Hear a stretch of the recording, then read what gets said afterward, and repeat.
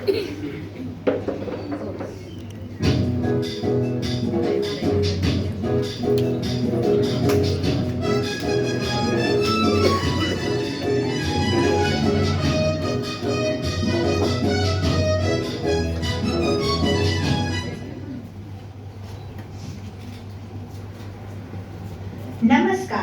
હું છું આરજે દેવકી. આજે હું મારા તમામ વ્યુઅર્સને જણાવવા માંગુ છું કે આપણી ગુજરાતી ભાષાને જીવતી રાખવા માટે કહેવતોનો રોજિંદા જીવનમાં ઉપયોગ કરો. કહેવતો અને જૂની ગુજરાતીને નવી પેઢીમાં જીવતી રાખવા માટે વાંચન કરવું પડે, મોબાઈલનો સ્ક્રીન ટાઈમ ઘટાડવો પડે. તો આજથી જ વાંચન વધારી દો અને સ્ક્રીન ટાઈમ ઘટાડી દો, તો જીવનમાં ઘણી સફળતા મળશે અને પર્સનાલિટી પણ ડેવલપ થશે. ટિલ ધેન, બાય બાય, આવજો. અરે પ્રફુલ, આ પર્સનાલિટી એટલે શું? હંસા પર્સનાલિટી જો હું તને સમજાવું. તને યાદ છે આપણા હિન્દી ભાષી પડોશી પ્રતિભા મોસી એ એમની દીકરી સોનાલીને હિન્દીમાં શું કહેતા હતા? હા, પ્રતિભા મોસી કહેતા હતા કે બેટા સોનાલી, તું ભલે કોફી નહીં પીતી, પર સોનાલી ટી તો પી, પર સોનાલી ટી તો પી, પર સોનાલી ટી. ઓ, હવે સમજાયું. પર સોનાલી ટી, પર્સનાલિટી. ઓહ વાહ વાહ.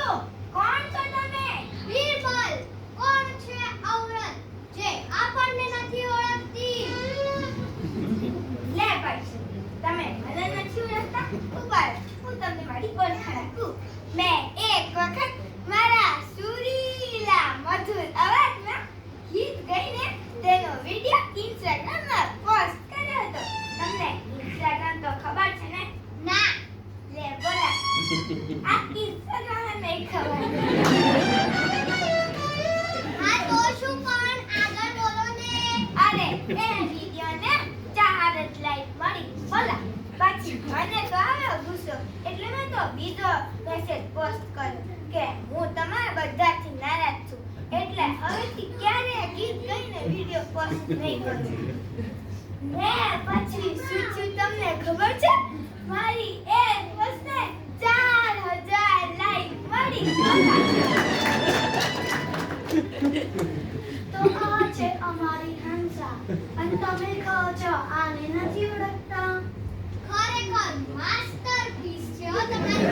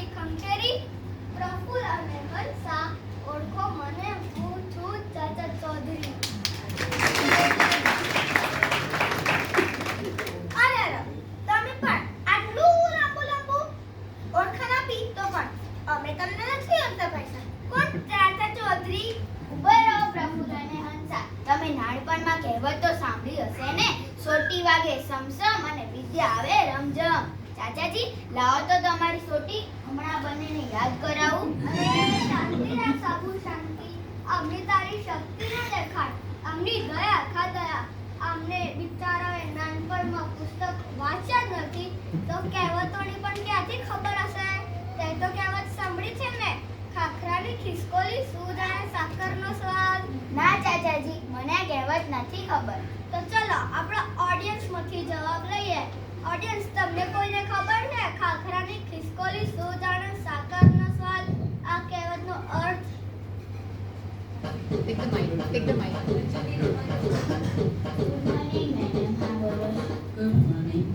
આ કહેવતનો અર્થ એવો છે કે જે ખિસકોલી હંમેશા ખાખરાનો સ્વાદ લીધેલો હોય છે, એને સાકરનો સ્વાદ શું હોય છે એની બિલકુલ પણ ખબર નથી હોતી. સરસ, થેન્ક યુ. સરસ, ખૂબ સરસ. તાળીઓના ગડગડાટથી આ કહેવતનો અર્થ વધારી. લાગે છે આપણી ઓડિયન્સથી આ પ્રફુલ્લ અને હંસા કરતા તો ખૂબ હોશિયાર છે. લાગે છે આપણી આ ઓડિયન્સ એવી નાનપણમાં પુસ્તક વાંચ્યા છે. હા ચાચાજી, આ કહેવતનો અર્થ એ થાય કે જે ખિસકોલી ખાલી ખાખરાના પાન જ ખાધા હોય, એને સાકરનો સ્વાદ ના ચાખ્યો હોય, એ ખિસકોલીને સાકરનો સ્વાદ ક્યાંથી ખબર હોય? એવી જ રીતે જે લોકોએ મોબાઈલમાં હંમેશા ફાલતુ વિડીયો જોયા હોય અને પુસ્તકોનું વાંચન જ ના કર્યું હોય, એ લોકોને કહેવતોનો અર્થ પણ ક્યાંથી ખબર હોય? અલ્લાહ મીના તોબા ફરમાય. બીરબલ, આ ચાચાના પુત્રીના તો સ્ટેજ ઉપર છવાઈ ગયા છે.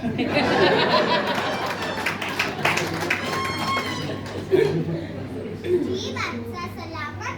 એમાં એવું છે ને કે ઉજ્જડ ગામમાં એરંડો પ્રધાન.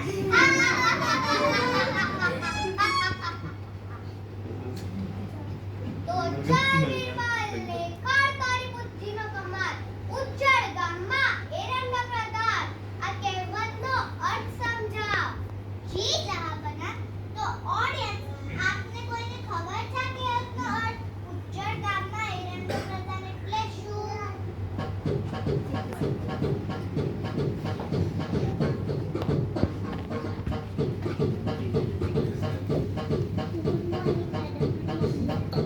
ઉજ્જડ ગામમાં એરંડો પ્રધાન એટલે જે ગામમાં એક પણ ઝાડ ના હોય ત્યાં એરંડાનો છોડ પણ રાજા ગણાય છે.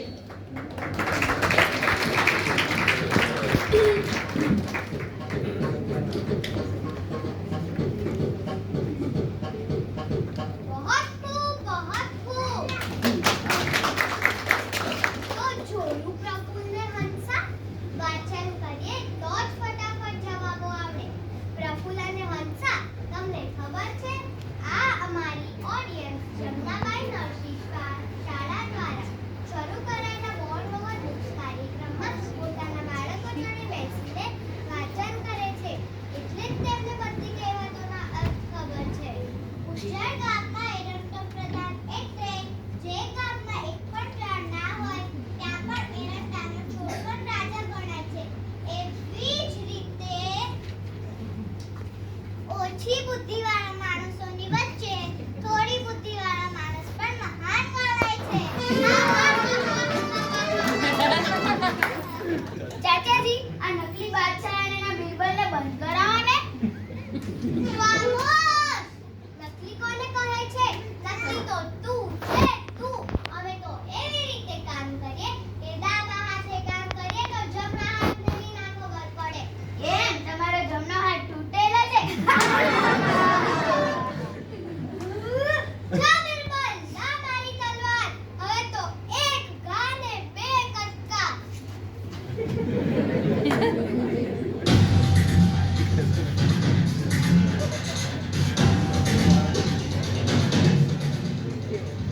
શાંત બાદશાહજી, શાંત.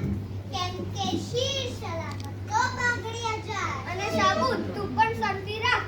ન બોલ્યામાં નવ ગુણ હોય. અને એમ પણ કહેવાય છે કે ગાજ્યા મેં વળતે નહીં, ભસ્યા કૂતરા કરડે નહીં. આપણા પ્રફુલ્લ અને હંસાને વાંચનનું મહત્વ સમજાવવા આવ્યા છીએ, ઝઘડો કરવા નહીં. એમ, લ્યો, ઠીક. તમે કીધું એટલે જવા દીધા. ચાચાજી, તમને કઈ આશા છે કે તમે આ પ્રફુલ્લ અને હંસાને કઈ શીખવાડી શકશો? બાકી મને તો આ બંનેને જોઈને એવું લાગે છે કે ભેંસ આગળ ભાગવત. અરે પ્રફુલ્લ, આ ભેંસ કોને કહે છે ભાઈ સાહેબ? આવો માસ્ટરજી આવો. આપણે પણ આ પ્રફુલ્લ અને હંસાને વાંચનનું મહત્વ સમજાવીએ. હા ચાલ વીરબલ, પ્રયત્ન કરીએ. પણ સાચું કહું, મને તો આ પ્રફુલ્લ અને હંસાને જોઈને એવું લાગે છે કે કાળો વખત એસ બરાબર. અરે પ્રફુલ, અને વળી પાછું ભેંસ કીધું. જો પ્રફુલભાઈ, કાગડો ગમે તેટલો નાઈને ઉછળો બને પણ હંસ બની શકતો નથી. એટલે તમે મને કાગડો ગણો છો કે હા? એ તો તમારે સમજવાનું છે. પરંતુ તમે આજથી હમણાંથી જ અત્યારથી જ પુસ્તકાલય તરફ પગ ઉપાડો અને આ મોબાઈલમાં ફાલતુ વિડીયો જોઈને સમય બરબાદ કરો છો, એના કરતાં વાંચન શરૂ કરી દો તો તમને સમજાશે કે તમે કાગડો છો કે હંસ. સાચી વાત છે બિરબલભાઈ, અમે જઈએ છીએ. એ ચાલને હવે હંસા, તને ભેંસ અને મને કાગડો કે એ સાંભળવું એના કરતાં આપણે લાઇબ્રેરીમાં જઈએ. હા ભાઈ સાહેબ,